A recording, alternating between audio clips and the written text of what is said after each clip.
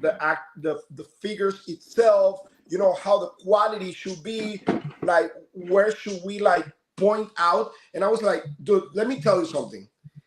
If you want to have a quality like toy, go and look Spero Toys Animal Warriors of the Kingdom, because out of all these, right, and I'm not talking bad about anybody, because we have great companies, but out of all the new indie companies, the quality you guys have in your action figures is out of the charts. It's like we're talking about like Mattel, Hasbro type of materials and stuff. Like what you guys do is impressive, right, dude, with your small company. Yeah, dude. Totally. I mean, Thank there's not you. a lot I of mean, figures you know, that you could pose like this, man. I Like, would love this to is one of take my credit for it, but favorites. that's our project manager. Yeah, I mean, like, look how fun that character is, dude. It's, you know, so, you know, one of the things I want Spero to be known for is, you know, nice quality articulated figures. So, you know, right now we're doing Animal Warriors of the Kingdom, but we're going to, you know, whenever we do the other stuff, it's, you know, it's going to be our calling card where it's like, it feels beefy. It's tough. You don't have to worry if your 7-year-old gets a hold of it and wants to kind of play with dad's toy or whatever. So, oh yeah, man, I like it. Yep. I like that shoulder pad you put on them. You see what I did? need to do that.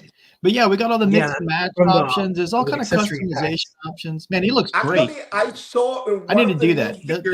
Those little armor sets are just a little extra fun. One of the new figures from the new wave comes with like an uneven armor like this one, the colors. Yeah. Yeah, you got like all sorts of different mix and match options. I personally, I put my Atreyu. I'm a huge Thundercats fan, you know, Jason. So I made him kind of like in Animal Warriors of the Kingdom. Of course, yeah. Oh yeah, dude. It's so funny. I have one exactly like that. I put that head on him too. I mean, I have more than one, obviously, but I have one of them with that head on it.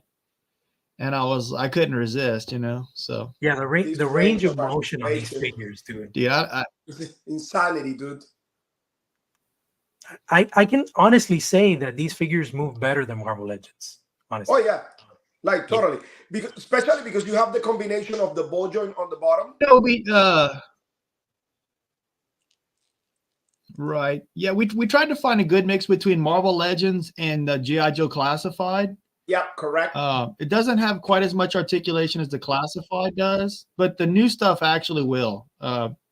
We were missing calf cuts on this series. Some of the new stuff is going to have calf cuts, like the Speedsters. I think the females will, and I'm pretty sure the Brawlers will, but I need to talk to Dave about it. I don't see why we can't do it, but I just want to ask him just to make sure. Everything's still like double jointed and everything, but we are going to be doing pinless. Wow. You know, we got a lot of comments requesting pinless, and it's funny because I don't really notice it. It's like my mind edits it out. So, but because it's important to fans and collectors, we said, you know, it's relatively easy to do. So we went ahead and made sure that all the stuff going forward is going to be pinless. Yeah, it's an added bonus. It's great. It looks like Ray's got some questions. Yeah, I was going to ask you, Jason, do you want to do questions as they come, or do you want to hold them till the end and present the Kickstarter, go over the Kickstarter first? We could do them as they come. Okay. Yeah, right, let's go over the Kickstarter first, and then we'll do the questions. How's that sound? Yeah. All right. Sounds good. So let me go ahead and present. Don't worry, Ray. We won't forget about you. We'll cover your questions For sure. So let's see. So the Kickstarter is, like I was saying, it's almost funded. It's very close to funding already. And we're going to go over everything right now. 83, right? 83? Let me refresh. 81. 81. I get 81,769. Are you getting 83, Carlos? Yeah. I don't know. I was assuming because I saw it was almost like 82. I see the same thing. You see 81,769 on your end? It looks like mine's not refreshing. Yeah, that's what I see. 81,769. Okay. So 317 backers. Yeah, it's not loading, but So I think it's safe to say that's where we're at right now. So I see that this is going to be split up into 3 separate waves, correct? Correct. Yeah. Now, the first 2 waves we know about because we've shown everything. Right. Wave 3 will be essentially all stretch goals. So we'll be revealing those as the campaign progresses. We'll start showing stuff off. So Jason, since we're starting with the reptilian Corvius, okay, one thing that I read in your comments on the Kickstarter, which really made a lot of sense, and I wanted to address that off the bat, is what's up with tails? Like, is that something that maybe you're holding off for the accessory packs or the head packs or something? No, so there's a couple of reasons why we're not doing tails. The main reason is because it will make the toys harder to play with, in my opinion. Another reason is all the skirting wouldn't. One of the signatures of our line, in my opinion, is the mix and match options for all the different armors. So that would basically negate all the skirting that we've already got set up and ready to go and mix and match. And then the final thing is that it would break the continuity of the comic book story. So we're representing action figures from the comic book story. And there's a reason why they don't have tails. Once once you read the comic and stuff, it'd kind of be like wondering, why does Luke Skywalker, he's got a lightsaber, but why can't he have like just a regular sword too? You know what I mean? It's kind of like, it totally goes against what the Jedi philosophy would be, So that's probably a bad analogy. Why Goku doesn't have a tail? Right. So we're thinking organically. People are thinking organically, like lizards have tails, but in your storyline, these reptiles do not have tails. Right. That's a perfect, explanation. So all the characters are they're essentially chimera, so they're like a mix of animal and humans. And one of the reasons like cats and lizards and quadruped type animals have those tails is for balance. So these guys are walking upright, so they don't necessarily need it. Now I will say, if we do like creatures and stuff that aren't like chimeras, like maybe like a steed or something, that would probably have a tail. So so you have a very just kind of throwing that out there. You have a very scientific explanation on that, and you're totally right. Tails is for balancing. Right, exactly. There's a reason behind it. Yeah. That makes perfect sense. And also, animals have tails for different reasons. Some for balancing, some for defense, some for like hanging from trees and stuff like that. But if you have a humanoid character, it doesn't necessarily need tail, Right. Yeah, it makes total sense. Right. Exactly. Sense. Well, it makes complete sense. Yeah. So I'm pretty sure, fans, whoever is wanting tails, they should understand the explanation. You can always customize them. Science. Right. Exactly. Yeah. Science. So Jason, I wanted to ask you a question about Gresh, because I saw the Geek Dad live stream and there was a mention that Gresh has articulated eyes. Yeah, his eyes will move. His eyes will move independent. Just kind of, you'll be able to like just move them around with your fingers. It's not a play feature. It's just, it's just articulated eyes, which I think is really cool. And then the little chain weapon that he has off to the side, on the opposite side of the swords, you can unplug that chain and plug it into his mouth. So instead of like an organic tongue, he's got like this chain weapon that he can kind of shoot out of his mouth. Wow. Or if you want to have it in the handle, you could do it that way. So it all kind of depends on what you want to do with the figure. But this is basically like the reboot version of a character called Lasher that was in the 2011 graphic novel that I did. So I'm basically slowly reintroducing all the characters that was in the original graphic novel, into series 2, and they'll start showing up in the second story arc of the comic book. So issue 6 will start introducing some of these characters that were in the original comic book trade. So That's awesome. The articulated eyes are gonna work kind of like a ball joint, right? Kind of like. Right. Essentially, it's gonna just kind of plug into there, like just a little ball joint. It's almost like a cup, just kind of moving around like that. Okay, got it. Perfect. That's really awesome. cool. That looks amazing. And the reptiles, Jason, are all gonna have hinged jaws, correct? They all have opening and closing mouths, correct? Yeah. That's awesome because it eliminates the need to have an alternate portrait with a different expression. You can actually create a whole different head. Exactly. So in that case, whenever we do the unlock for the heads for the reptiles, they'll be totally different reptile heads. So that way you can get, if you want to get 2 Gresh or if you want to get 2 Corvus, you could do that. Or if you want to army build the heavy infantry, you can do that as well. And there'll be different heads and different looks.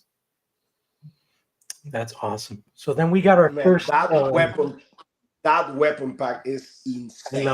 I love it. It's very barbaric. I feel like, one of the things that I kind of took away from the first Kickstarter was that the weapon packs were cool, but they were just essentially repaints of all the stuff that came with the figures.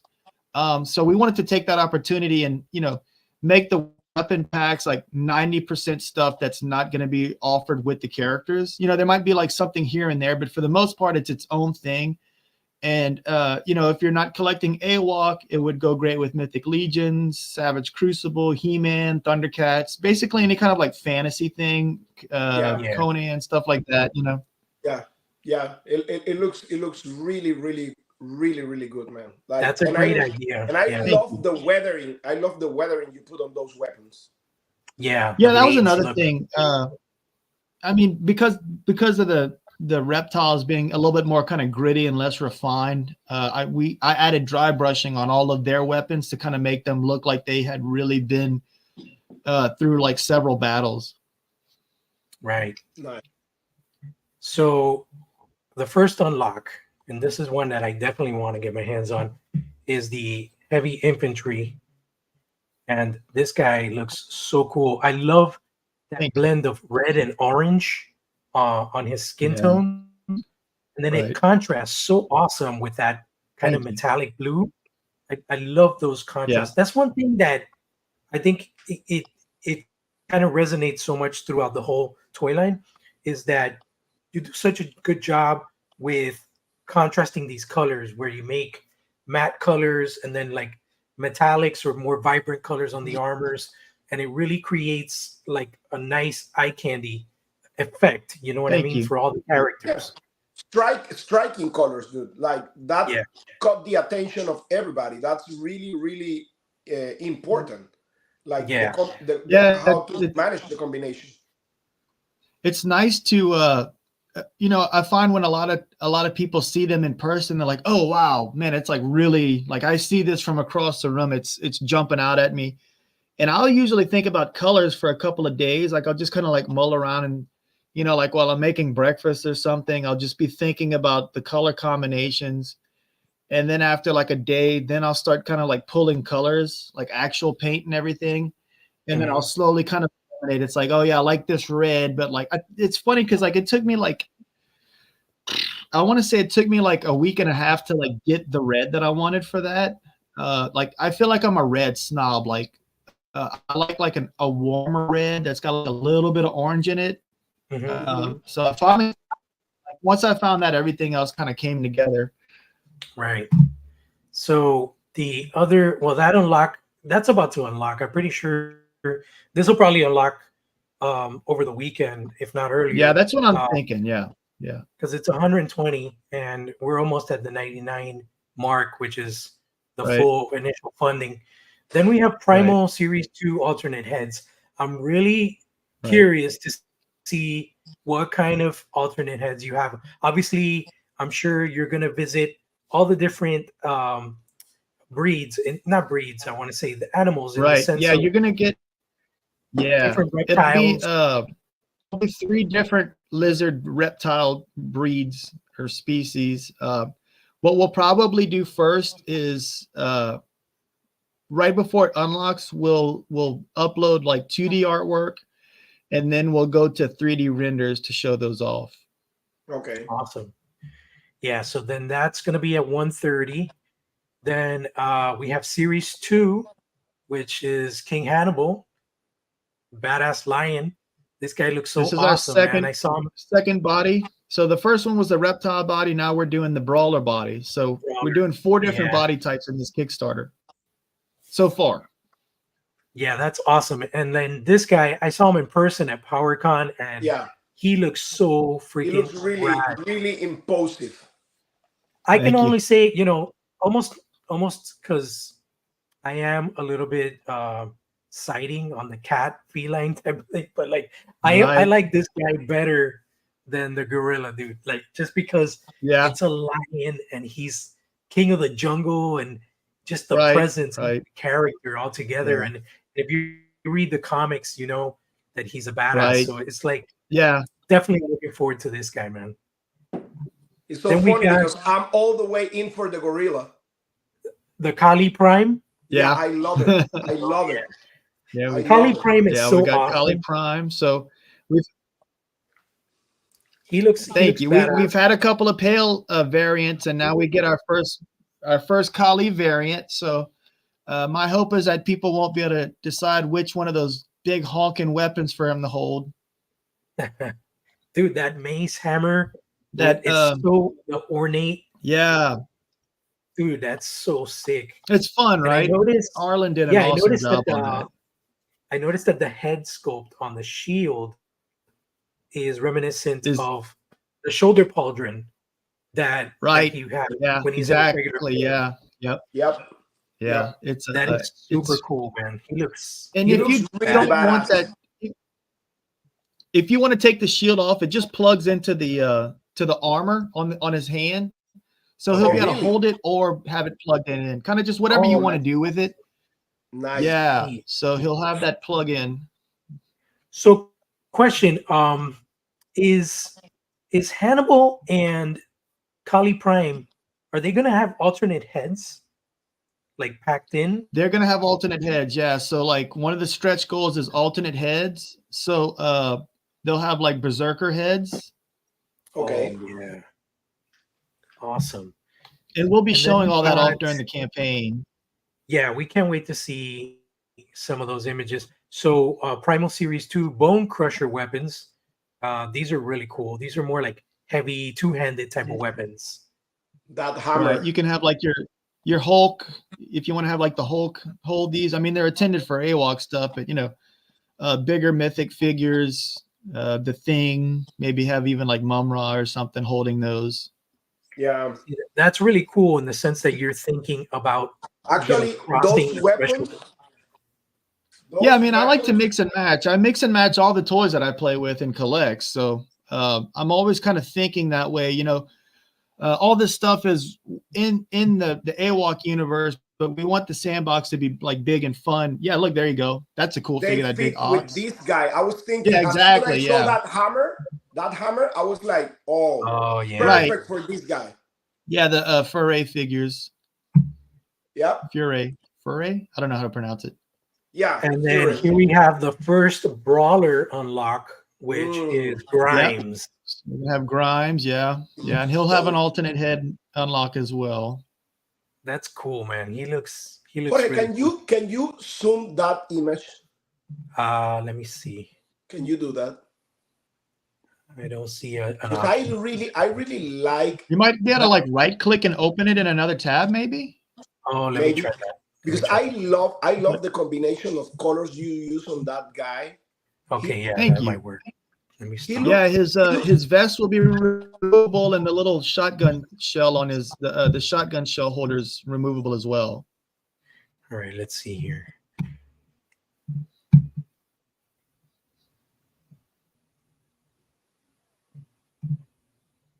I wonder if I could drop images in here. Let me see here. I think he can do it here. You should be able to. I was gonna do like the ones you shared with me, Jason, but I figured it was easier to slide through the campaign. Yeah, that'll work. So, so that armor, like that character, if you've seen that character playing like that, it looks like a badass police dog, dude. Like, Right. Yeah. right?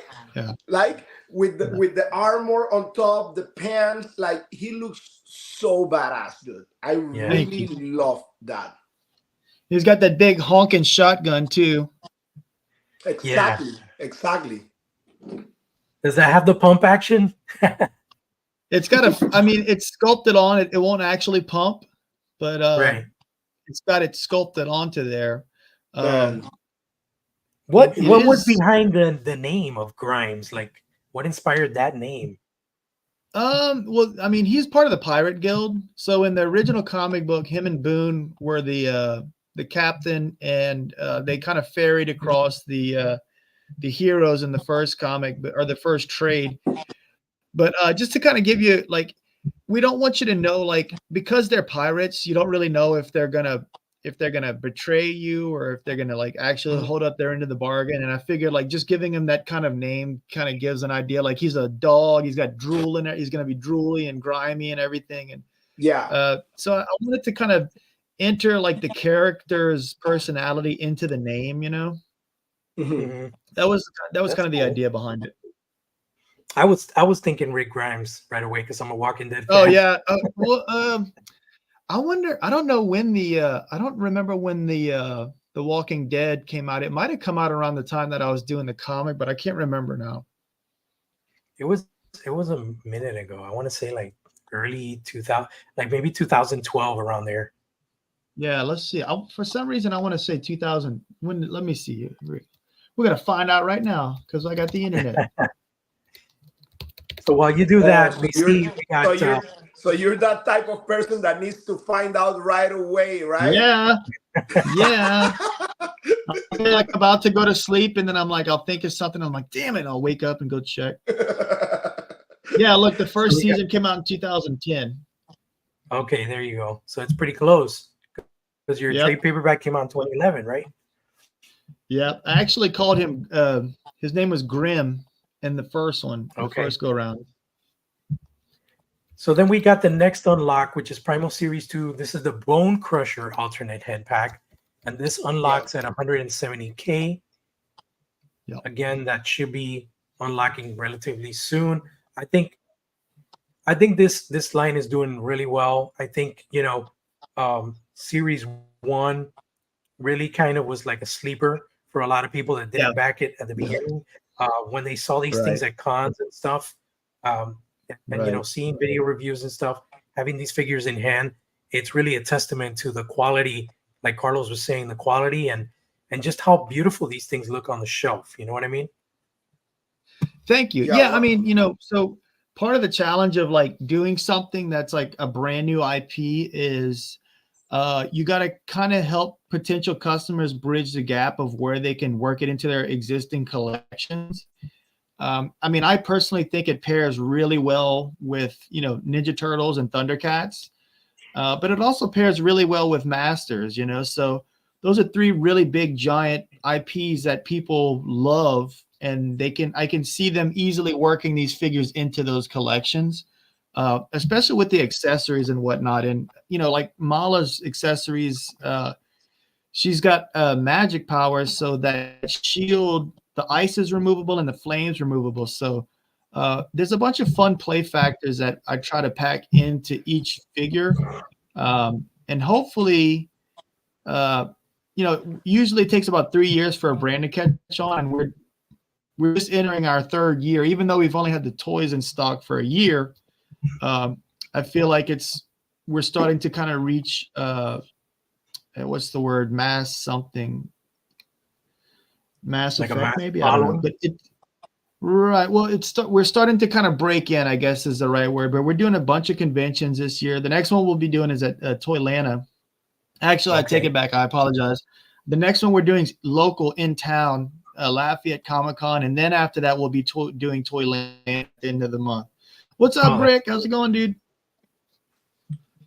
All right. So Mother Mala looks really cool. Just I look. like the ice. They look like pretty much they're from the same toy line. Like they match Right. perfectly. Yep. Yeah. Yep. So far, I just mix wanted and to give a match them shout all out the time.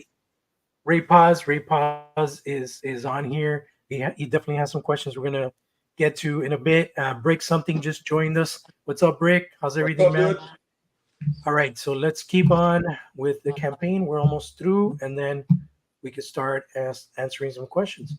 So, yeah, Mother Mala is looking really cool. I love. Is that Thank you. flame effect around the dagger removable? Yes, it is. Yeah. Okay, Cool. nice. So you can like put it on other weapons. I Yep. love that. The ice is removable as well. The ice on the shield comes off. On So the that's shield, crusted on her shield, and oh, that's really cool. oh wow, that's nice. Thank you.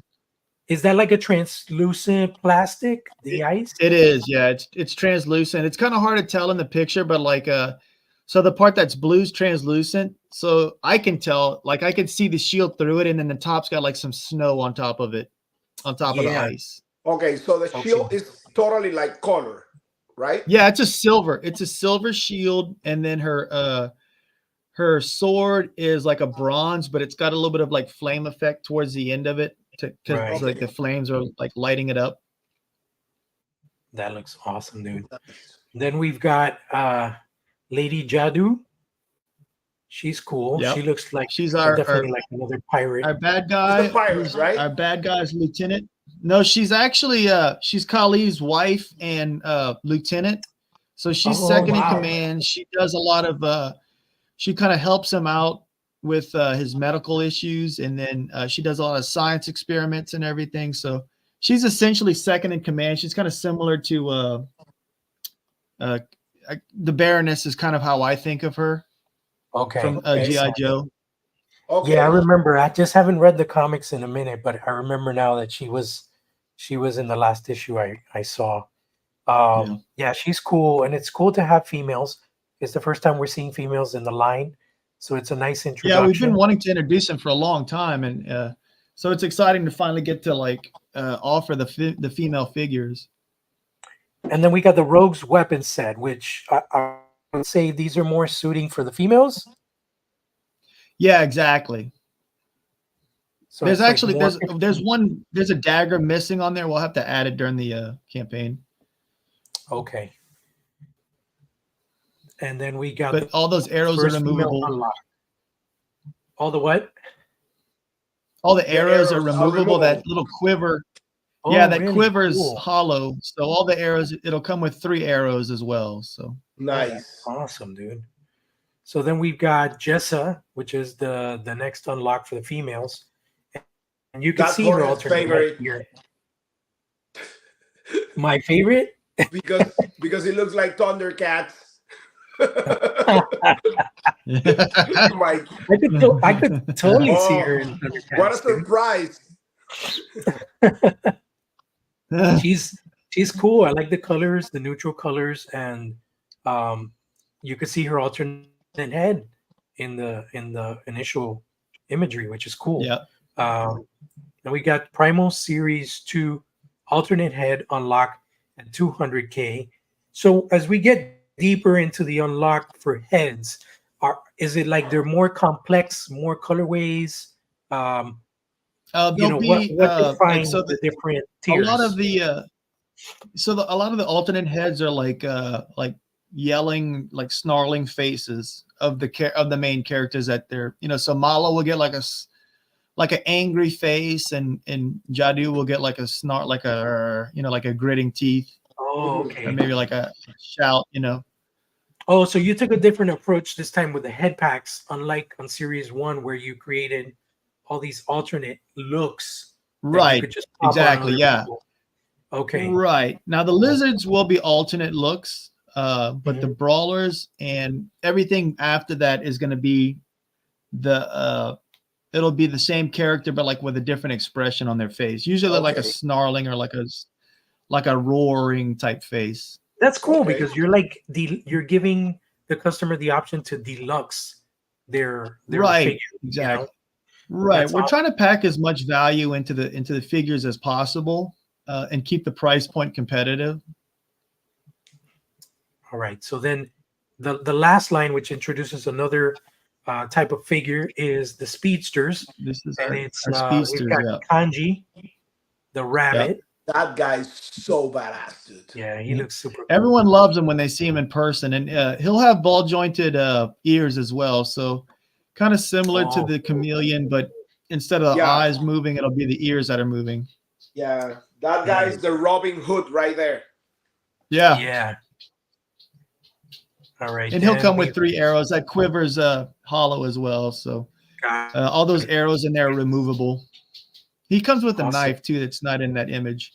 I got a question, Jason. Will the bow before we move, the actual bow, it comes with a string? That's what I was gonna say.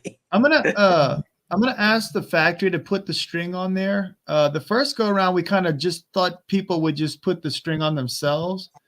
But I've seen a couple of. I got the Praxis figure last weekend. I think it was last weekend, and I noticed like that. You know, they had the strings on it. So I'm just gonna ask the factory if they can put the strings on it. You know, right out the bat. That way, people don't have to worry about adding the strings themselves. Yeah, something like this will be great. Like the string on the they put on this. Right, exactly. Yeah. I mean, look how that's awesome. Yeah. How'd you get that figure? I didn't see you there this weekend. I didn't see you there. I'm sorry. I have my contact. Yeah. You got hooked up. You got hooked up. All right. So the the kanji is the next one. Let's go ahead and take a look at the other one, which is the fox. This was really cool. Boone. I like Captain Boone. that he has a cybernetic arm. Yeah. Yeah. So in the second story arc, a lot of people were asking why him and Grimes looked a little bit more modern. And the first story was kind of just kind of a sneak peek into the world, and this is going to really expand the reader's view into the world. The pirate guild's in control of the trade routes. So if you want to get anywhere in the kingdom, like you have to go through the pirates because they control all the trade routes. And that means that they have access to like all the goods that they want. It's like, well, hey, like give me all those advanced weapons, or if he got into like a scuffle, so he wound up losing his arm, and he's like, well, I know the guy to go to that'll fix me up. So they're kind of another plot device that'll allow the reader to explore more of the technological part of the AWOK figures in the story.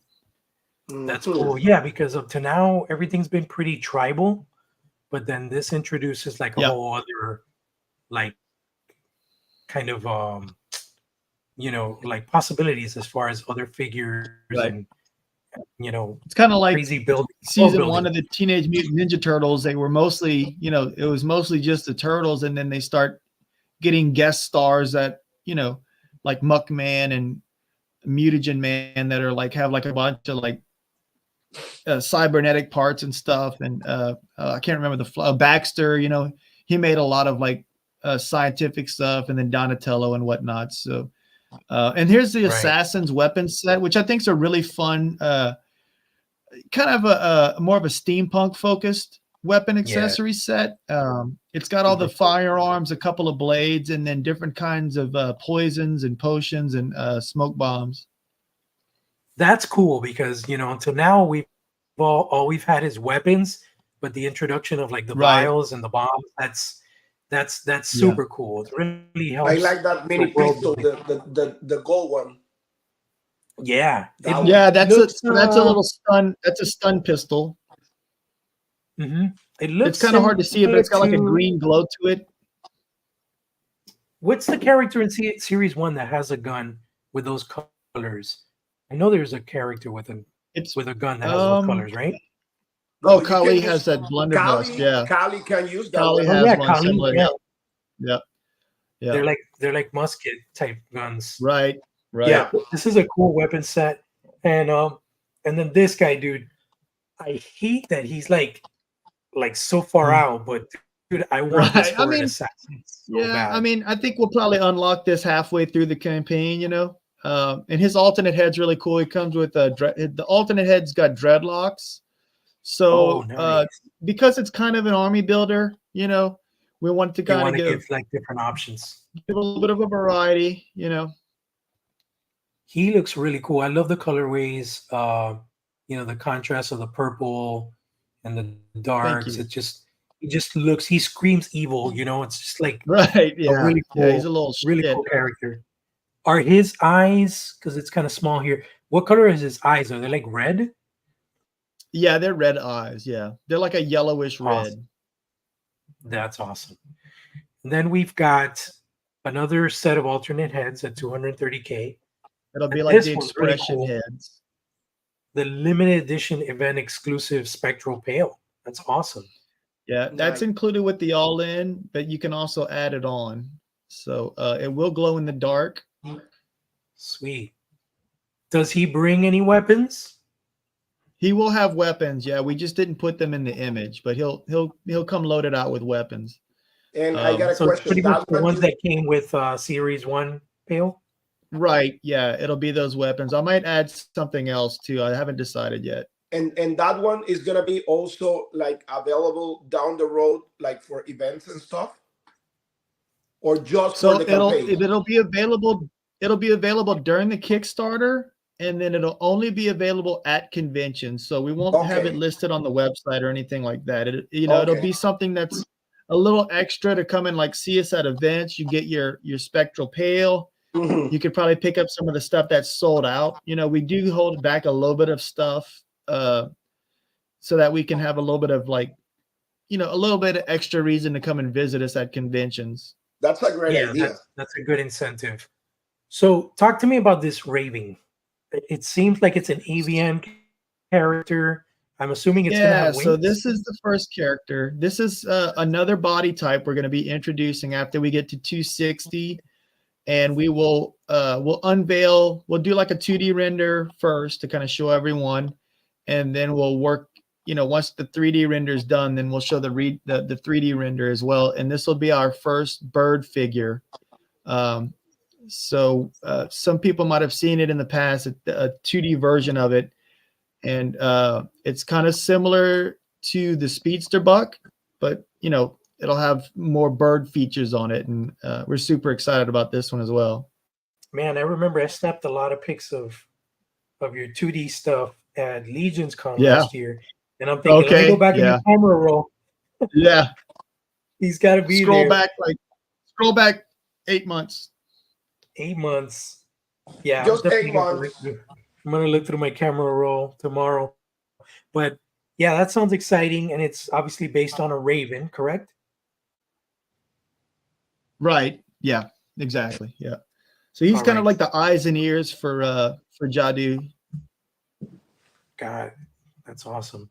All right, and then that's pretty much it. So let me ask you, if raving unlocks like sooner than you're expected, do you have anything on the back burner to offer up? Any other potential stretch goal reveals or anything like that? Oh yeah, we have everything like in the can. We'll just we just don't want to get too far out ahead of ourselves. Part of the fun of the Kickstarter is like revealing stuff. So this was just a teaser. As we get closer to unlocking this guy, we'll put up the 2D art and then the 3D art, and then the next thing from him, we'll start dropping in clues that are similar to this, where it's got the sigil to kind of get people excited and let people start kind of guessing what the next thing might be. Awesome, man. So, Jason, I got a question. Yeah, let's follow up with our guests. So we have Ray Paz, which has been patiently waiting. Thank you, Ray. Brick something. Red X OMAC 5. All right, so let's start with Ray Paz's question. So the first thing that he asked was, let's see here. Why were there no options for purchasing just one figure instead of 2 figures and an accessory pack, I guess is what he means. So one of the objectives for the Kickstarter and the line in general was to make everything very hard to pick just one figure. And we wanted to give a nice price point with a bundle, which would be like the 2 figures in the weapon set. But once we launched, there's a certain amount of customers that are wanting to do just the 1 figure. And what I'll say is that we have it set up, but we need to kind of like double check and look through everything. Adam, you missed all of it. I'm looking at the comments. So we're looking through several different reward tiers. One of those is what Ray asked about, and then the other ones will be revealed during the weekend. But it will kind of cater to that particular customer that wants to kind of like really pick and choose what they want. So hopefully that answers his question. It's good news because it's what he wants, you know. So yeah. Okay, so the other question he had was, the other thing is that brought up was with the Epic All-In, what happens if you don't reach to unlock all the tiers? So for any of the unlocks, what you're still going to get the same amount of figures. You just won't have the same amount of, you won't have the variety. So in other words, you know, if there's like 2 figures that we don't unlock, instead of adding that to your survey where you're picking out stuff, those figures just won't be an option. I hope that makes sense. So you know, in totality, we've got like 12 figures that we could potentially unlock that we showed to just now. But we've got like 5 more that we could unlock. So instead of picking from the 12, if we don't unlock everything, you might be picking from like 15 instead of 17. So, but you're still going to get the same amount of figures. You just won't have access to every, you know, the stretch goal figures themselves, Variety. if that makes sense. so what you mean Right, is the that variety, exactly. at one point the customer will have to choose doubles, I guess, of some of them. Right, exactly. Yeah, Okay. yeah. As an army builder. Got it. So think Right, quantity. and that's why we kind of peppered army builders into the Kickstarter, so that way, you know, one of the fun things about doing like crowdfunding type stuff, like backing it, is, you know, you could potentially buy, you know, 3 HISS tanks, keep 1 for yourself, sell 2, and not only like pay for your first HISS tank, but make a profit because you know what I mean. So there's a bunch of different strategies that customers do when they're doing a crowdfunding stuff. They might be like, oh, well, I know I want these 5 figures, but I'm getting 10 figures. So let me sell those other 5 after everyone that missed out, and I'll make a profit. I'll get what I want and make a little bit of a profit. So, Yep. but then there's other customers that want everything, and it's all about what you want to do with and how you want to collect. Okay, cool. So then let's see. Brick says, you guys, Jason, you need to talk to my spouse about the $690 I'm spending for the Epic All-In. If you get any kind of pushback,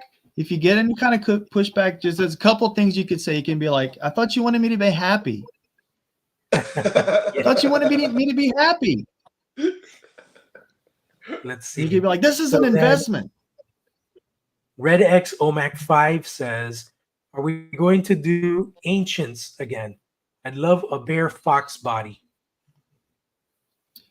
We aren't planning on doing any Ancients this go around. They were great. They were fun and everything, but I didn't feel like they sold as well as they should have in order to justify it again. Rick says, how close will Raving be to the concept art that's out there? It's going to be essentially almost exactly the same. Some of the things to kind of consider that would possibly be different is adjusting the way the hands look. You know, the fingers might be a little bit thicker. But essentially it's going to look like the 2D art. That's the goal of the sculptors and myself and the 2D artists. So if there's any kind of major difference, it'll basically be the hands being able to hold his accessories properly.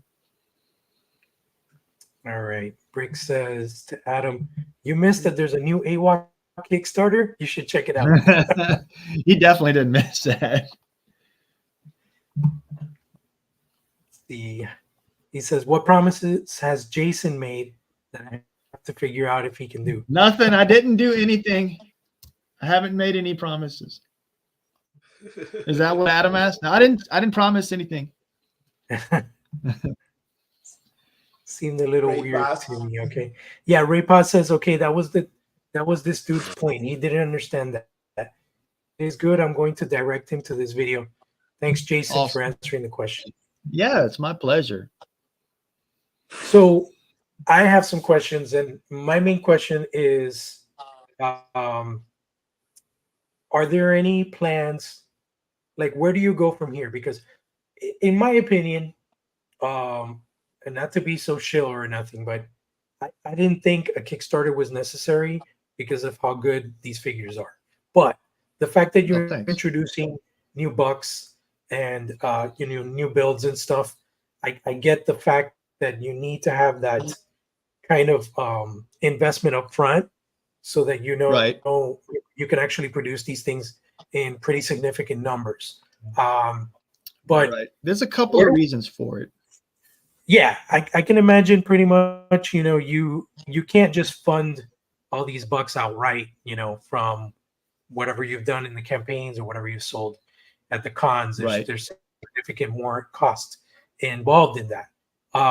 My question is, where do you go from here? Like, are you planning on introducing, and you mentioned it, like creatures, steeds, possibly small vehicles? Like, what do you see for the future of the AWOK world? So I want to be able to have, action figure fans and fans of the story to be able to recreate the story, which means that we need to have a couple of different body types. So we covered 4 different body types in this Kickstarter.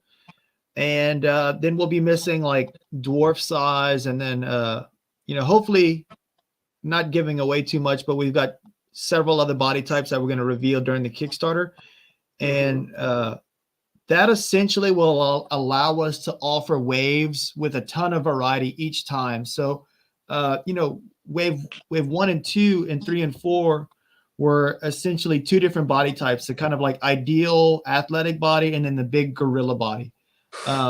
So one of the reasons we wanted to do the Kickstarter was so that we could get $4 funded and start really having a lot of variety every single wave. You'll get 4 figures, but it's not going to be the same type of body each time. And it's not that there's anything wrong with that. It's just the vision that we want to execute for the line.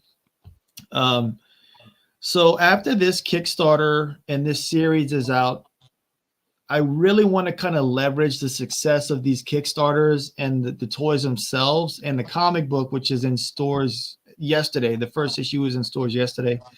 I want to leverage all of those successes to be able to pitch a cartoon. I really think, something like on Netflix or Amazon Prime would be a fantastic cartoon and really expose the brand to just, the common person that might not necessarily collect comics or the toys. And then they would just, kind of circle them back to the comics and toys and kind of have this circle of promotion and brand awareness. The full spectrum. Right, exactly. Yeah. Basically the 80s promotional, what's the word? I got a brain fart. I apologize.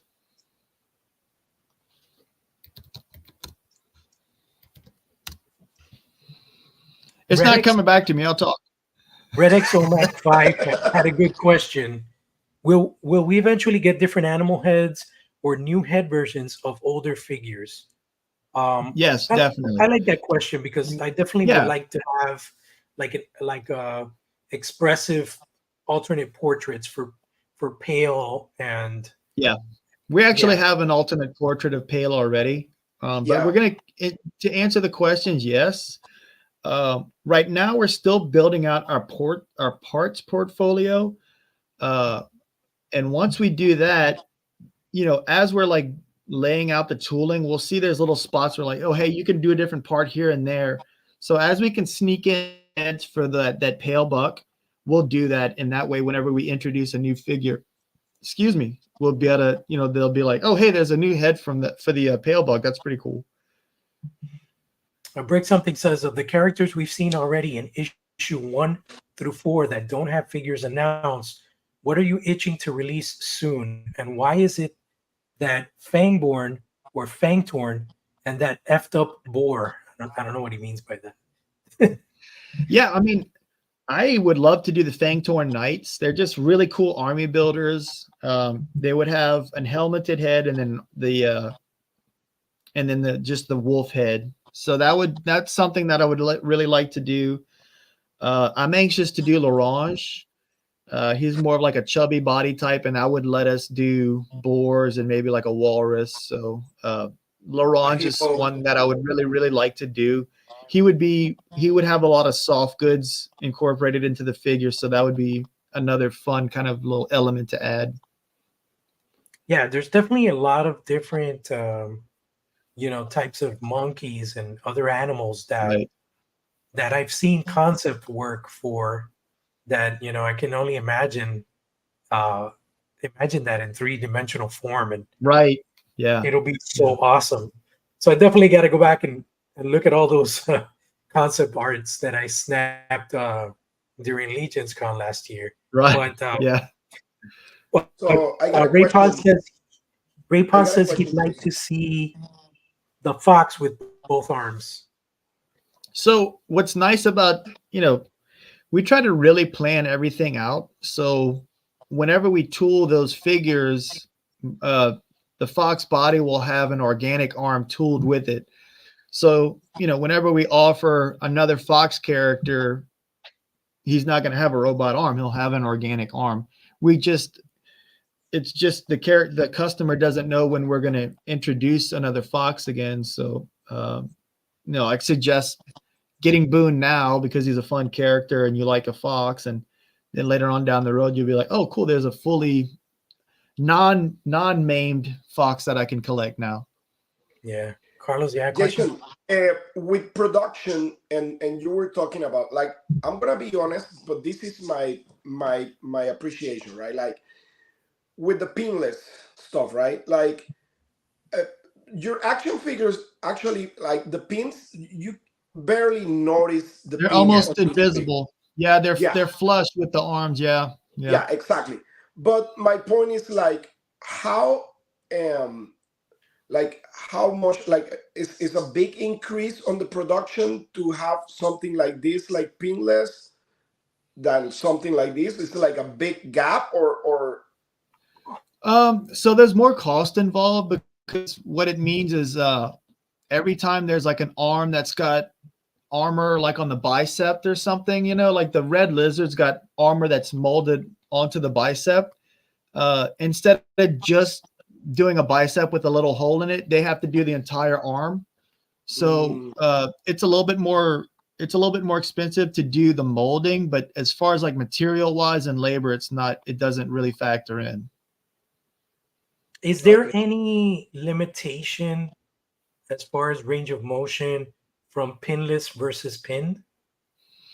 Not that I know of. A lot of time that has to do with how big and bulgy the bicep is. Our arm it can smush together. I'm not flexing. Let me flex. Our arms just kind of smush together, but like this is plastic. So listen, you don't have to show me up, okay? Pull out his guns. So you have a big range of motion. Right. It's more than 90 degrees. Way more. Like, look at this. Right. Yeah. I mean, it's a great, that's one of the things that I'm so grateful for, that we got such good, fun, posable figures. Like, it's great it's almost like a fidget toy where while you're kind of talking and doing like a Zoom call or meeting, you can kind of like fidget with your AWOK action figure and let off a little steam, Yeah. And this is with the bracelet on, which restrict a little bit. Right. Because it butts up against that bicep. Rick something says, "Oh right, Laranja, yes please," and the Pacadine, basically, hurry up. Yeah, we'll be showing off some cool stuff during the Kickstarter. That's all I'll say. Ray Pon says aquatic would be awesome. Yeah, I would love to see like Oh Yeah, yes, we're gonna be. anthropomorphic sharks. especially because we have the pirates. Yeah. The group's gonna be meeting. They're gonna go into a fishing village. I don't remember what issue it is, but so we'll definitely see fish people in the comic books. So we'll have to figure something out. Imagine like a blowfish type of character. That would be great. Savage Crucible has some awesome fish figures already. Oh yeah, I mean, I could probably like incorporate them. Yeah, I did a review on the prototype for the fish guy. The one. Dude, the clear fish is amazing. The translucent one is so cool, dude. Awesome, I love it. Dude. And I like the gray one that's got like the bright blue mouth. That's freaking awesome. You know what is insane? The articulation on the neck for that figure. I know, right? Yeah, they move so well. Yeah, they're awesome. I'm super excited about that line. But it's so fun that you're talking about that, because the actual aesthetic of these figures kind of like fit with the aesthetic of the Savage Crucible figures. Right. Yeah. It's kind of a they complement each other very well. Correct. Man, I really need to put that pauldron on my pail. I like the way that looks. Yeah, it looks really cool, right? That's so cool. That looks great. I love it. I really love the awesome. combination. Yeah. Rick says going back a Netflix AWOK series would be amazing. I'd freak out to see the studio who worked on Dragon Prince or Blue-Eyed Samurai. Both animation styles would be perfect. Blue-Eyed Samurai was insanely good. Like we just kept watching and we were like, holy crap, how is this getting better each episode, you know? It was really good. Yeah, I would love that. That would be amazing. You know what animation I like? I don't know if you ever seen this thing called Hammer and Bolter from Warhammer 40K. No, I haven't seen it. I'll have to check it out. The animation on that thing is out of this world, dude. Where do they show animation for that? Huh? Where do you see that? Okay, so the problem is like the only way to see it is like you need to have the 40K app. Oh, so it's like it's like a supplemental to the game then. And look, we're at 82,000. And they have all these animations, but they have like this YouTube channel that do reviews on the animation of Hammer and Bolter. So you can see the whole episode, but with the guy explaining what's going on, you know? Dude, that's cool. I like that. That's awesome. Yeah, that's really insane. Yeah, so I think one thing I wanted to ask you, and I don't think I've seen this before. Maybe I have, or I just overlooked it, but I thought Kickstarter campaigns were a month long, but this Kickstarter campaign is much longer than that. So is that something that you can make them? You can extend it? Yeah, you can make it up to 60 days. So the reason we made it the length that we did was we wanted to try to get at least 3 paychecks into the Kickstarter. So that way people have 3 paychecks to save up and get what they want. And then it also ends 2 days after the tax returns. So, people aren't going to get charged. They're not, people aren't going to get charged until the 17th. So you can get what you want now. And then you've got the three pay periods to save up and not be stressing out about it. And then if there's like a little extra that you want, then you've got your tax return and you get, Man, we work so hard. It's like you don't get to like what are we working so hard for if we're not going to get cool stuff and enjoy ourselves? You know what I mean? That's true. You're a mastermind, dude. I mean, I love toys and I love collecting too. And, the guys, we kind of joke where like I'll see something and I'm like, that's cool, but it's too expensive or something. And they're like, dude, just freaking get it. Like you're going to not get it now and then pay double for it on eBay or whatever, So it's all about, it's like choose your adventure. Do I want to like get it now and secure it actually cheaper on the Kickstarter than it will be at retail, and definitely cheaper than it's going to be on the secondary market. So correct. It's all about, I like to choose the path of least resistance if I can help it. And I mean, that's just the way that I'm thinking about it. You know, like fun fact about you saying that you're a collector. You know, Jorge, how Jason and I like start talking to each other. It was through G.I. Joe Classified, dude. Right. Yeah. Like he was Dude, I love looking this for classified. he was looking for a figure, and he hit me up on Facebook like, "Hey, dude, you find this figure? Where you find it?" And I was like, "Well, my local Target." And he's like, "Dude," I was like, "Hey, if you want, I can pick it up for you." He's like, "Dude, oh, yep." I just have them like they're just sitting on my desk. I just have them like sitting here. That's how we start talking to each other, dude. Yeah, it's funny how that. It's such a small world, man. Like these two. The collecting community is. I don't even watch wrestling. What is that, dude? These are 2 wrestling figures. I don't watch wrestling. I got this too. This is just stuff that's just like sitting next to my. So I have my office is upstairs. The last show we did upstairs, but the air conditioning's like, I think we need to switch out the vent because it's like not cooling. So I have my laptop in my dining room, and it's like I still have toys all over the place around me. Okay, listen, I got a question for you, and this is like, I don't know if anybody asked you this before, but as a toy maker and toy collector, right? This is a question for the 2 personalities, right? Right. Combined. What actually you look in an action figure line or an action figure itself? Like, what's what you always look for? Like, okay, I want this because of this, and what's kind of like your envision of what you really like in an action figure?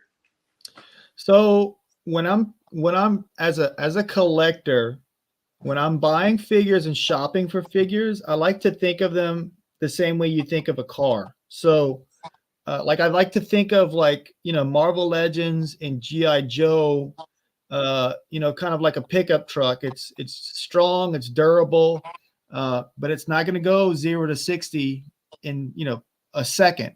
That's the limitation of it. So what does that mean to me? That means that are they going to have paint apps all the way around the figure, around the back and everything from Marvel Legends? Probably not. Is it going to have a ton of accessories for Marvel Legends for that price point? Not necessarily, because a lot of them they're like they're heroes, so like they might have blast effects or something.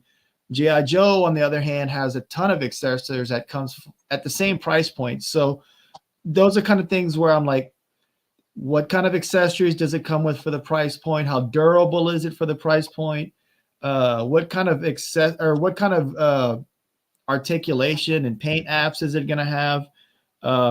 So that's the kind of thing that I like to collect, where like if it breaks, it's not heartbreaking. And so that's one price point, which we're trying to cater to those collectors, but put all the bells and whistles that, the bigger toy companies don't necessarily do for some reason. I'm not sure what it is. It's not a judgment. It's just an observation. So, like our figures have like all the paint application going all over the back and everything. And you don't really have to worry about stuff not being painted. That's sculpted, for the most part. And that's that price point. But then when you start to look at like higher end stuff, then I start to look at like, does this stuff have dry brushing? Does it have like a wash on it? Or is there like extra paint apps that I'm looking for? And a lot of times those figures are import figures, so they're a little bit more delicate. I remember ordering what was it? A Final Fantasy figure. I can't remember what the bad guy's name was, but like he was this really cool looking knight with these big horns and a 6-legged horse and everything. And I remember that one. Yes. He was so cool. It was an import that I got from Japan. Oh, wasn't that Odin? Odin? Yeah, it was Odin. Yeah, yes, and that one, just awesome figure. The summon. Yeah, and it had all kind of amazing articulation and everything. And I wanted, like, it broke just taking it out of the package. And I was like, oh, like, I can't be spending all kind of money on it if it's going to completely fall apart like that. Right.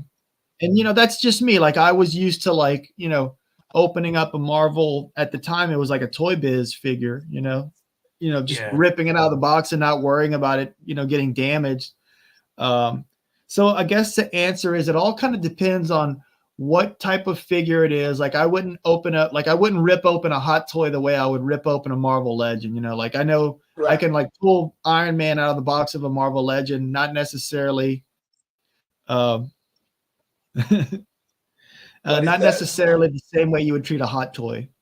Yeah. I mean, that is Adam's being accurate. Like, I don't tend to complete lines. I usually just kind of pick and choose what I like. And I told a story last time. Whenever I was a kid, I was collecting Ninja Turtles, and I had just a ton of different Ninja Turtles. And whenever I had 2 Ninja Turtles, and whenever I completed all 4 of them, I lost interest in the line. And I was like, okay, I don't ever want that to happen again. So now I just mostly kind of pick and choose what I want. And I might leave just one figure off of the collection, you know, just to avoid that happening again.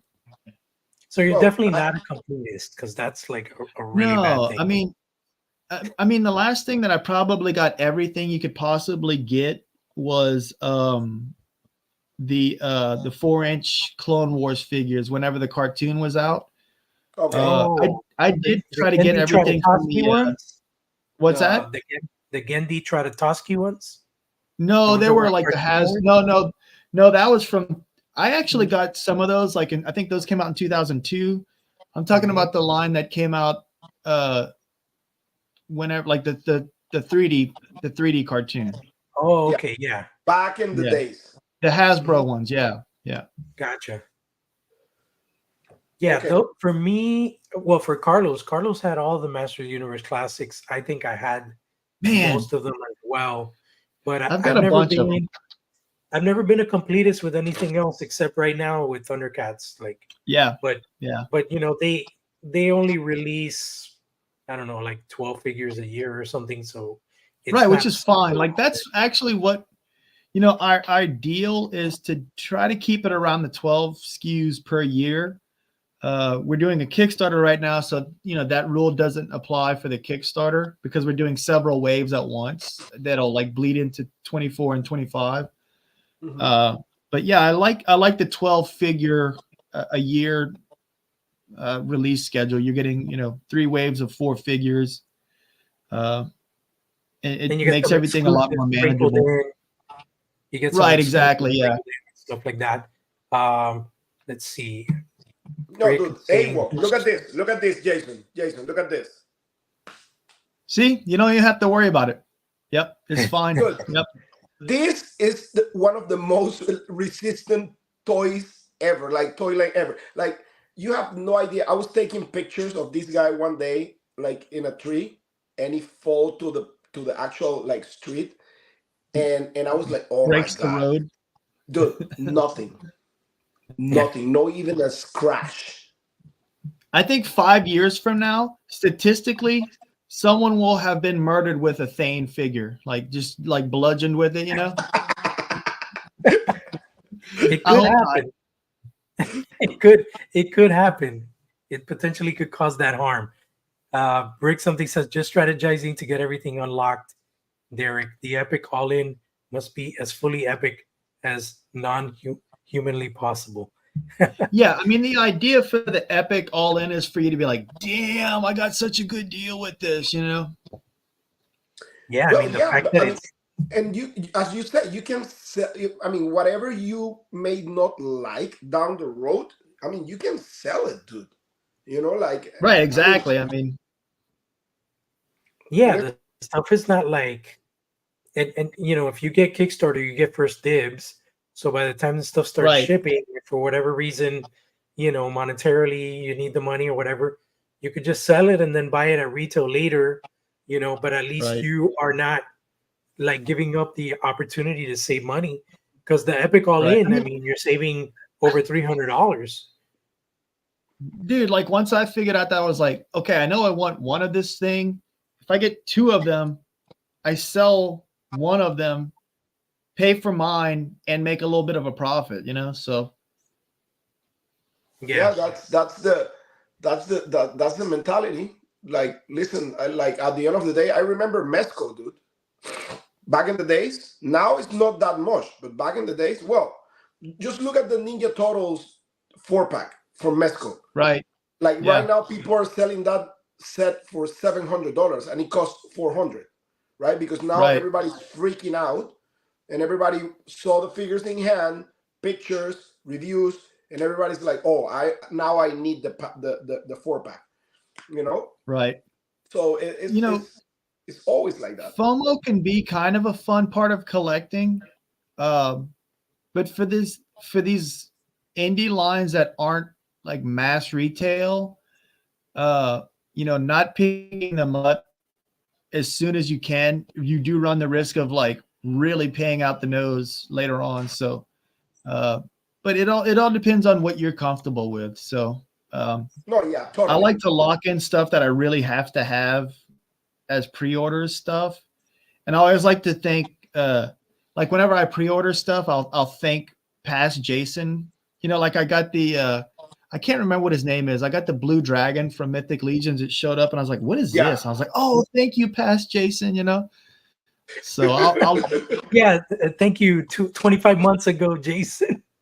dude, like for like Mythic Legions, I'll order them on Big Bad, and then I'll order them on their website, and then I'll order them somewhere else, and I'll get like 3 of the same figure, and I'm like, what happened? Like, I don't remember ordering 3 of this, you know, but it worked out good for the Cosmic Legions because I like the stuff that I ordered to like several of are all, they just happen to be army builder figures. Like I got the Bug, the Scientist, and then the Guard. Like I've got multiples of those from different places, and I was like, okay, I was gonna army build those anyway, so it worked out good, you know. Yeah, like I mean, it's pretty much what with Mythic Legions. What would happen with Mythic Legions and the Kickstarters, right? Like, or the pre-orders. Like, dude, if you buy them on the pre-order on the Horseman store, you're gonna have a better price. It's a great deal. Yeah, those are builders like, for $26. Like, dude, it's nuts, right? Yeah, yeah, you know, yeah. Like, and I think now, little by little, the Horsemen are getting better. Well, like in this Kickstarter, one of the things that surprises me is that Wave 1 is shipping at the end of 2024, you know, where the usual expectation is that when you have a Kickstarter, you're not getting products till like a year after or more, you know, like for example, with the Horseman product, I mean, Poxus, like you were saying, just shipped. I just got my order and I was looking at my order date. It was 25 months ago, dude. It's like 2 years and something waiting. So part of the reason that I think that happens for them is because they're so popular that they get a ton of orders, and they also unlock a ton of different types of SKUs. So, you know, we're going to do right now, we've got 12 SKUs that we showed. You know, I feel like their actual Kickstarter, I think they did like 40 figures or something like that. So it's gonna result in like a long production, you know, because then the factory's got to figure out how to like schedule in like little bits of like the production run all throughout. And that's another reason why we're doing the Kickstarter, because we're doing the 4 body types, and we've already started molds for the Brawler and the Reptiles, but it lets the factory know they're like, okay, they've got these 4 waves planned out, so we have to work this project into the schedule at this point in order to hit all those milestones at the appropriate time to get the delivery for when they set stuff, you know. With Mythic Legions is like really unique because you have these people that, I mean, dude, when I'm going to like a convention, like some of these guys buy like 10 figures of just one character like that. Right. And, and I'm like, and they pre-order like that amount too. So I'm like, okay, this works totally different because I mean, listen. One of the best sellers are pretty much like the actual army builders. Right, it's That they true, have. especially for legions. You know. Yeah, it's so Um, weird. Like that Red Shield soldier, just name it. Like all the army builders, like the I barbarian. got one. I went to get more, but they sold out. Which I one? thought like at Zolocon, you know how they usually do like a certain amount each day. Well, like the Pax's Yeah, horse like completely sold out before I could get him. Let me see. Hold on a second. Y'all show that. I'm going to show you what I got at Zolocon. nice. Cool. Oh, he's gonna show his whole. So we're at 82,348 right now. 82. 82, Oh, dude. 82,348. I mean, they're gonna reach everything, dude. Oh no, of course. I know they're gonna unlock everything. Yeah, they're gonna unlock everything. I mean, like I'm really hyped for that red guy too. Yeah, the red. Yeah, the you know what? reptilian- So I think we'll get like as we unlock stuff, we'll get another boost. It just kind of gets everyone excited, and then they go and add stuff on. I need to put my pre-order. I need to put my order. I didn't put my order yet. Do it now! Come on, do it live on the Do stream, it now. dude. So like I What got do you- I got these this at What is that? Zolocon, right? What is that? Show me. I went to go and get 2 more of these, and they were completely sold out. Oh, the Oh, the knight. Valiant Knight. Dude, Valiant Knight. this figure's freaking awesome. Oh yeah, totally. This one's fun. I think he's cool, but like Walter. this Axis figure is insanely awesome. Like I took all the stuff off of it because I flew with it and I haven't put it back on. He's missing a hand. Like I have his hand holding the bow, but dude, this character I is so love the freaking look cool. of that thing. Oh, so awesome. Yeah, And I love Proxus is this really right here. Yeah, and Really, the really soft cool. goods. I'm gonna He's show such off. an awesome figure. This is He's like probably one of my one that- favorite mythic figures. I So got a cool. question, Jason. You got the single one or you got the 2-pack?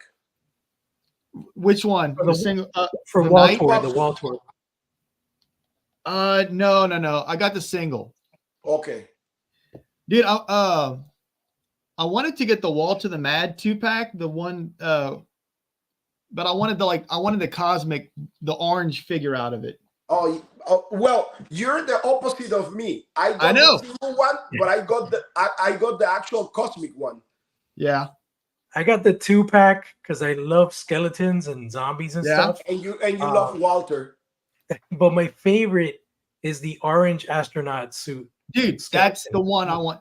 What's funny is like I love this figure, but I couldn't figure out how to do the soft good thing because I didn't ripped either. open the package and I accidentally damaged it. Oh.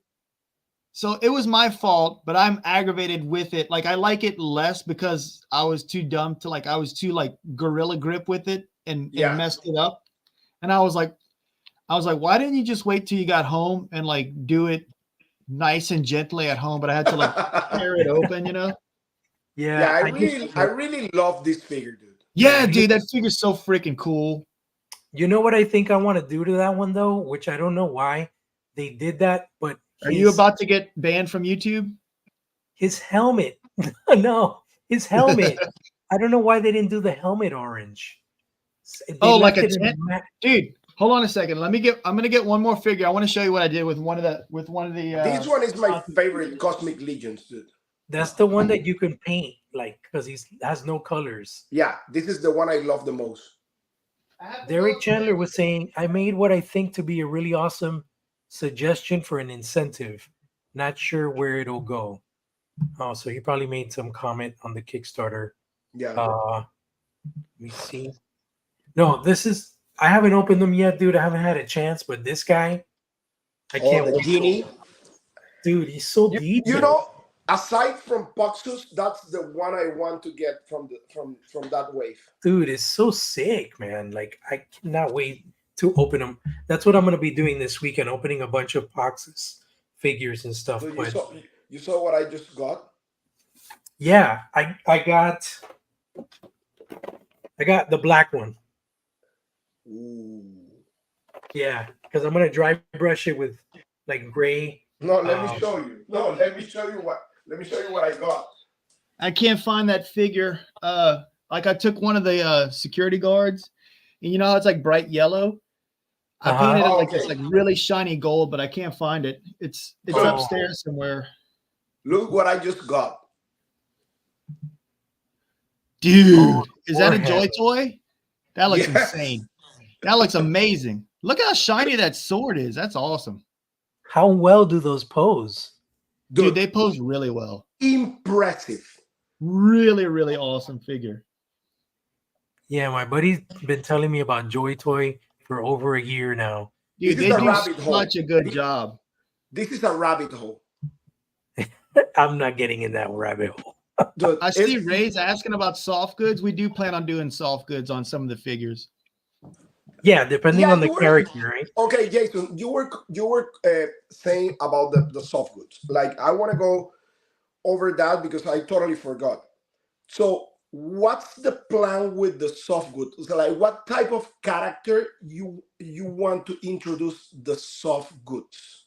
So, Raving has a poncho, so he'll have soft goods, and Larange, when you look at him in the comic book, he's pretty much wearing like tunic robes. So he'll have a soft goods tunic combined with like plastic stuff, like a plastic belt and stuff like that. So he'll have a good mixture of soft goods and plastic secondary parts. Who you have designing the soft goods for those figures? Say again, I'm sorry. Who's gonna like design we're the probably gonna get let me see here. I don't want to mess up his name. I don't see Jessam. Say again. See Jessam. No, it's not. I remember now. I'll have to look it up. There's a bunch of people like I won't be able to find it now, but Harker is really good also. Yes, him. Eric. Oh, Harker. Yeah. Of course I can't find it now. Let's see. Okay. Eric Harker, right? Yes, thank you. Yes. Okay. He does amazing work. You know, we are really good friends. And Eric Harker is one Oh, really? I didn't know that. Yeah, he's one of the most talented soft good guys around. Let me show you something. Dude, he's so good, man. Yeah, because you know what I would love? He's so good. Yeah, Harker is like, I would love to have like a wire bendy cape for Kali, for example, you know? Things like that. You know what? Hold that thought. Hold on just a second. Look at this. Eric actually made me one, and I got to show it to you. This is Eric Harker. Oh, yeah, he did and that. This is Eric Harker. Yeah. Insane. Awesome. And he does for Mythic Legions also. He's insane. Jason's grabbing he has a Kali that has a fabric cape. Look at this. Yeah. It's when it comes to capes and hoods and cloaks. Dude, look how gorgeous this cape Eric did. Oh, look, Eric did this cape. Kali. Yeah, I saw that. Look how freaking amazing that is. Dude, it's so good. This is obviously my personal Kali. Yeah. Yeah, he's amazing. But it's this nice, beautiful bendy cape. No, you sent me that and I was like, what? Listen, what's that? I have two people for soft good. It's like CJ Sim or Eric Harker. That's it. Yeah. CJ's really great too. Yeah, Eric is such a talented guy. Like the first time I contact Eric was like to make me a Mandalorian cape. Oh yeah. Dude, it's funny you say that. Yeah, tell me.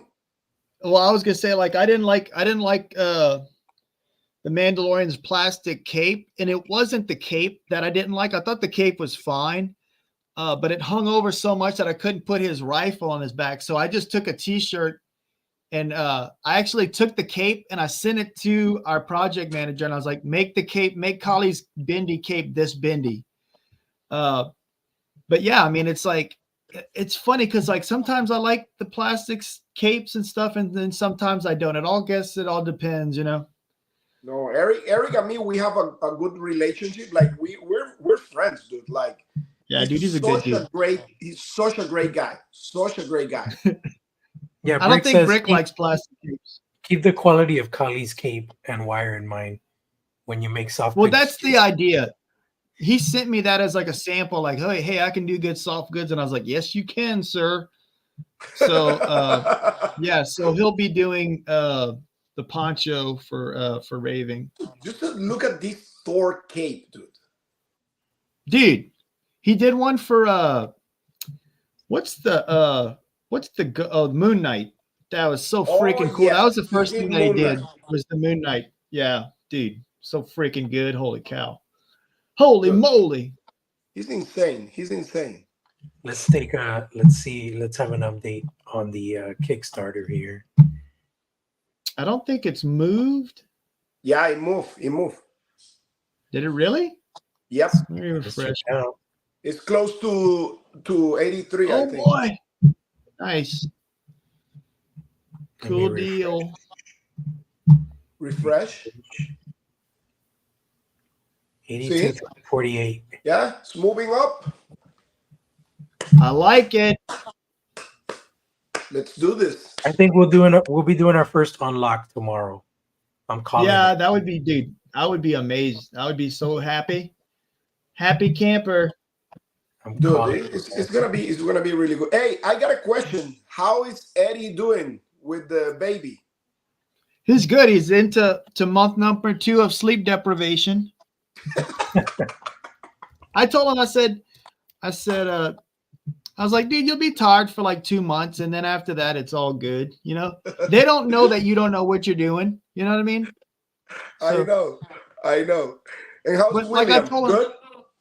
I was like, man, like I just thoroughly enjoyed every age that my daughter was at. You know, it's like the toddler was so fun because it was like lovey-dovey, and then like, you know, like now she's almost a teenager. Our girls are the same age, and it's like she's starting to like have this really funny sense of humor, and she's a really great artist and everything. So it's like, I told him, I was like, you'll just enjoy every phase of your child, you know. And it's funny because I have friends that are like, they're worried about having kids and stuff, and it's like, I get it. I was nervous too, but like once they're there, you're like, oh, this is a family member that's like we're growing together. Like I'm growing as a parent, and you're growing as your childhood, you know. So it's all good. Look at me. I'm a dance dad. Yeah, exactly. You're a dad / jujitsu / dental / badass. Everything, dude. That's right. Like if any of the other dance moms give you any lip, you can just like dump them all into their head, just like. Dude, it's so funny, dude. It's so funny, but it's hilarious, and it's so good because you see the transition, right, with your kids. Like I remember when my daughter was going with me to Target, and I was like checking my toys, and she was checking Barbies, right? And now we got rid of all the Barbies. There's no Barbies anymore. It's just like skincare, hair care. Wow. Yeah, my little girl's into art, and she's into like skin and like she's into makeup and stuff, but she still likes plushies, which I like. She likes to collect plushies, so I'm like, okay, cool. We still got one thing we can collect, you know. Plushies too. She likes plushies right. too. Yeah. She like action figures at all? Where like they're really cute, but they're not really toys, you know. Like exactly, it's something that you can kind of appreciate. You're not sitting there like you know. Yeah, she's smashing them together or whatever. So she's not into toys anymore, dude. Not toys, no, no, at all. Well, mine is 3, so that's still, you know, ways to go. That's such a fun age. Oh man, dude, it's that whatchamacallit, the toddler age. I guess they're kind of growing out of the toddler age, but yeah, she's turning 4 in May. Wow, she's so articulate and so smart. You know, hey, that's exciting. I got a question, Jason. Like, how's William doing? He's doing good, dude. I talked to him yesterday. I was joking with him because I was like, man, your car sounds amazing. He was driving. I was like, man, that car sounds amazing. What are you driving? And he was like, it's a 2013 Civic. And I was like, dude, you should have lied to me. That baby was purring. It was like, I always think it's funny when like you see like Mustangs on the street and they're like, their engine sounds like it's just muscled out to the max and like it's got a V4 in it. So it's got like no pickup at all. And I'm like, dude, your car's cosplaying. What's going on here? It can't sound like that with no torque or pickup on it. Well, it's like my truck, dude. When I drive my truck, pretty much like nobody can listen to me when I'm like talking on my truck. Does it have like a V8 or something on it? Dude, I have a Ram 2500 Hemi V8.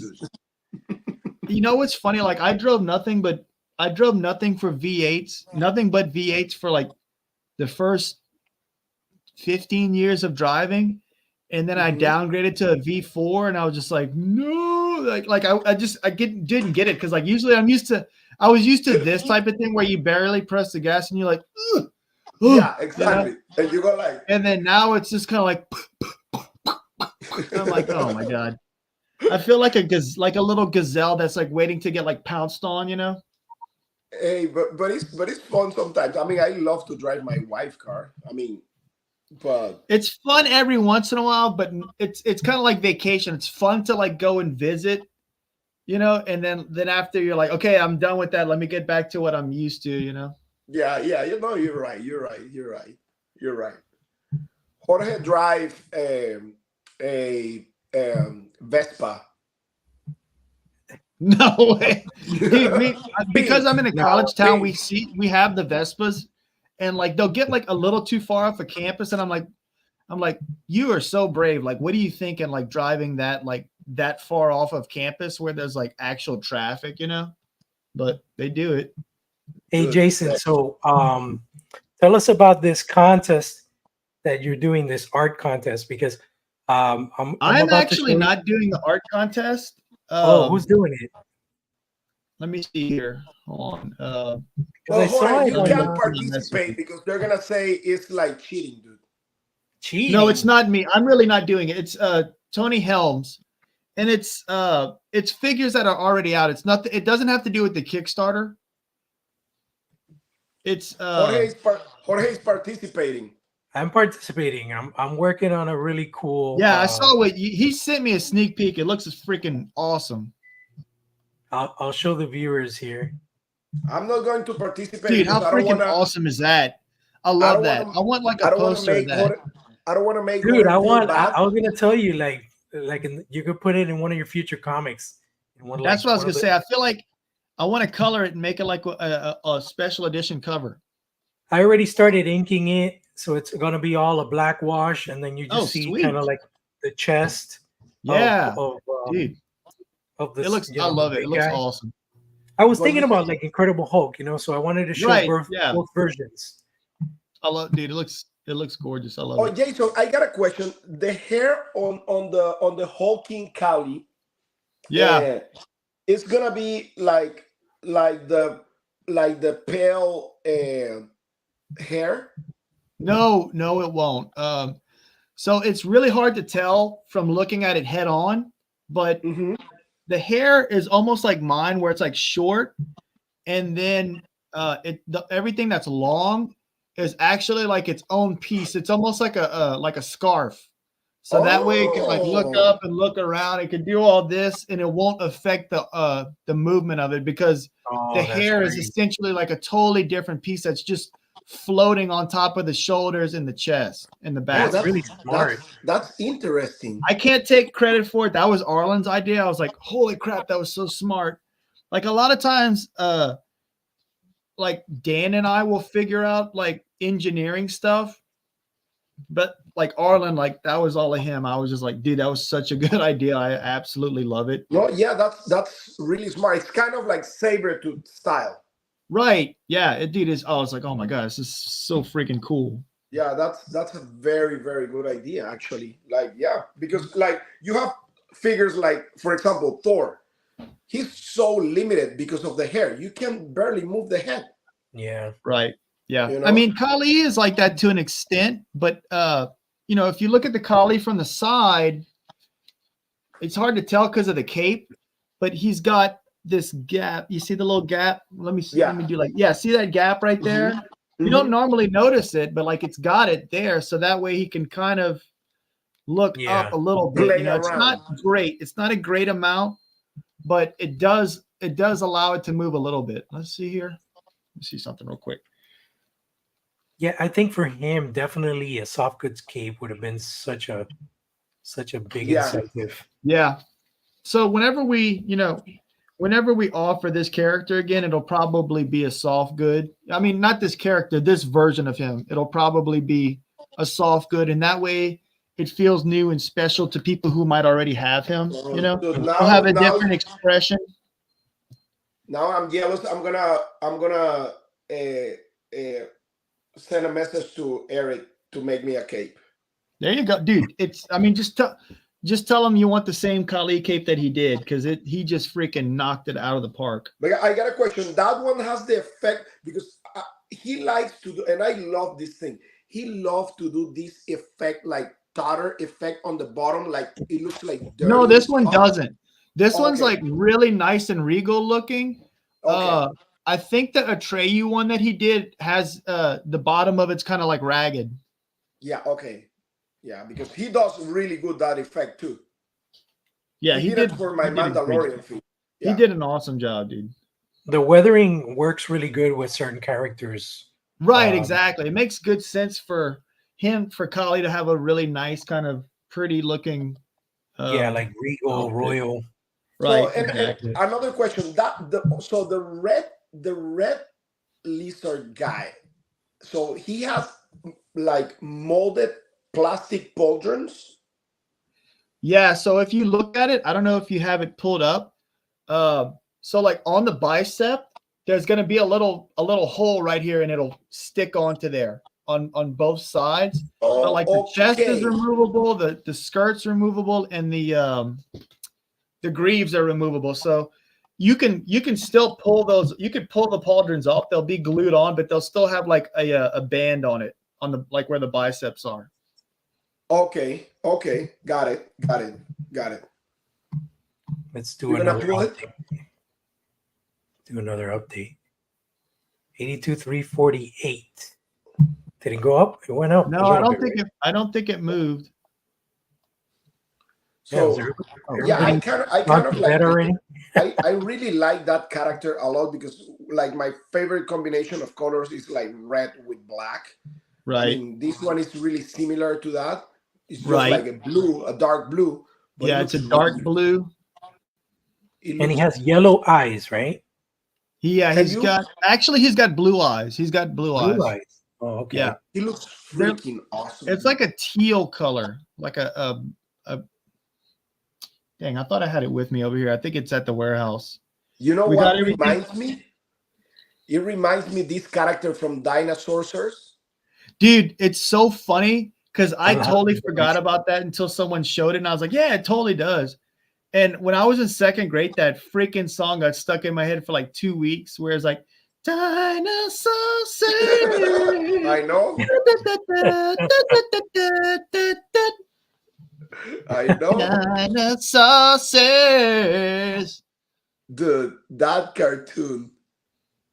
So yeah, it hit way too hard. It slapped way too hard. Yeah. I love the what you explained about the hairpiece for Kali.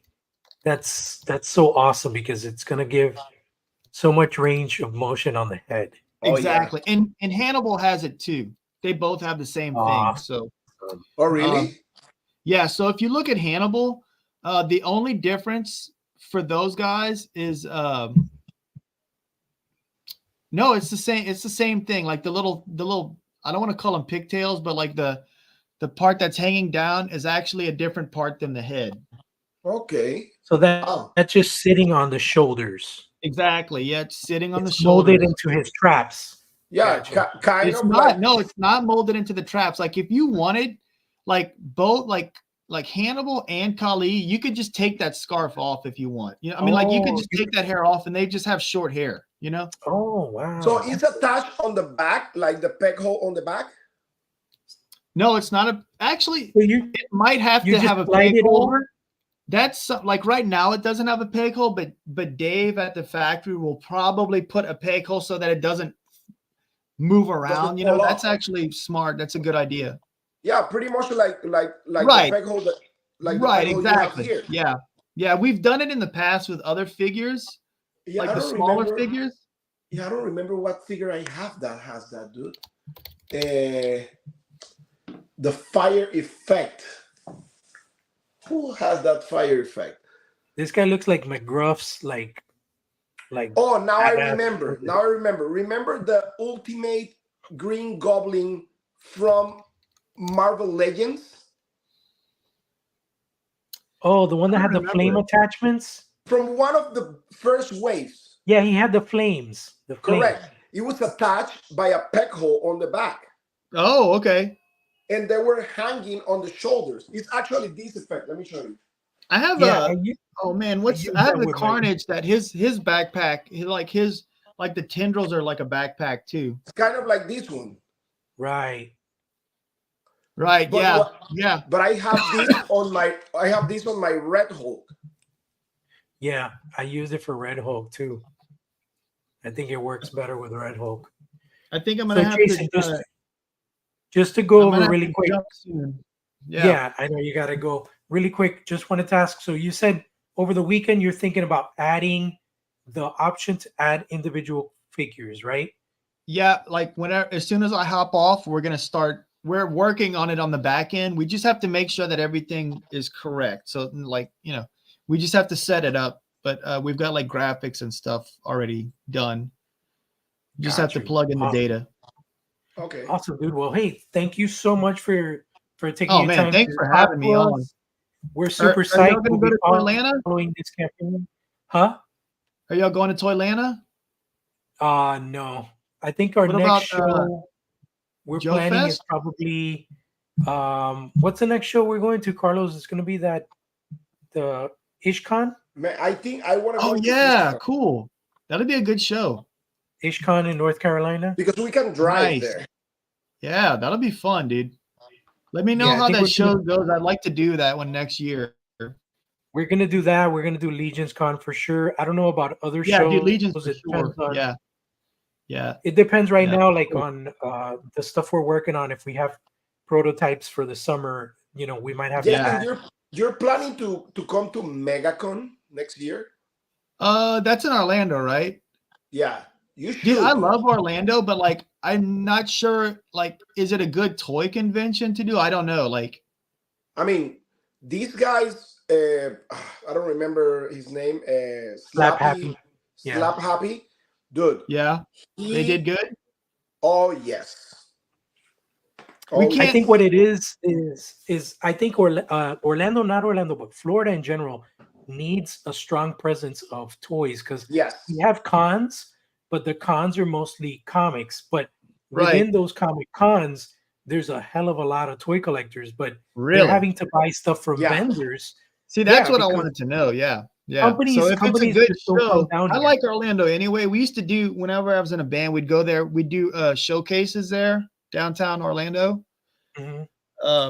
And like full sales there. So I know it's a college town. It's near Disney. So there's a lot of like people that are like wanting to collect and stuff. So Oh no, and people from Miami, like I'm from Miami, Carlos is Yeah. from Coral Springs. We drive up to Orlando for these Yeah. big cons because okay. there's nothing like that Yeah, good it's down just like here. 2.5 hours. Yeah. Yeah, it's not that Yeah. bad. That's not bad at all. My friends, they never they didn't know anything about Mythic Legions and Cosmic Legions, and I took maybe 8 of my friends there, and they bought like $2,000 in action figures there. Yeah, it was like insane. Yeah. And That's it was amazing. That sounds it was amazing. no companies there, just like Some of that could have been AWOK. yeah. I know. just Hey, them. maybe next year we'll have to do it. We'll hang out. Yeah, that sounds good, man. Oh yeah. All right, dude. Well, Awesome, thanks so much guys. for Yeah. for taking Thank the y'all time for to- having me, man. I had a to great talk to us. time. Oh, definitely, always, man. And All right, we'll man. be looking at this Kickstarter closely. I'm pretty sure stuff will be unlocking really soon. That's the plan. All right. Thank y'all so much. All right, thanks everybody for joining us Take today. Take care, guys. All right. Thank y'all. Bye-bye.